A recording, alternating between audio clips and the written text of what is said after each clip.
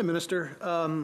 You, in your opening remarks, you referenced the Veterans Employment Strategy that your government launched in June of 2024, so about 16 months ago. Can you tell me how many more veterans are employed since June of 2024?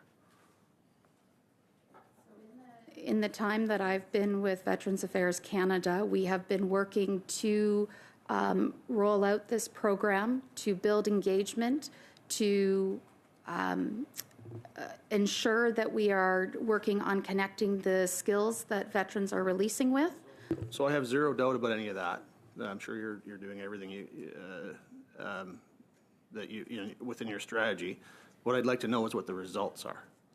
How many more veterans are employed? Has veteran unemployment reduced?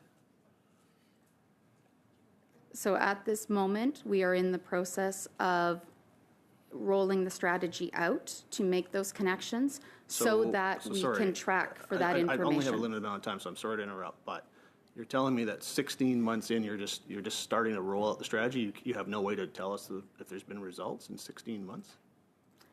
There has been results in terms of the engagement of employers. Okay. There has been the result in terms of concrete, like how many veterans are employed, because that's the end of the day. If an employment strategy should be about having more veterans employed, should it not? Very much so, and as you can imagine, collecting that information will take time because we will need to connect with the veterans. When would you be able to get back to the committee to tell us a number? We will continue to share information as it becomes available. Okay. What about with your veterans homelessness strategy? That was introduced in April of 2023, 2.5 years ago now.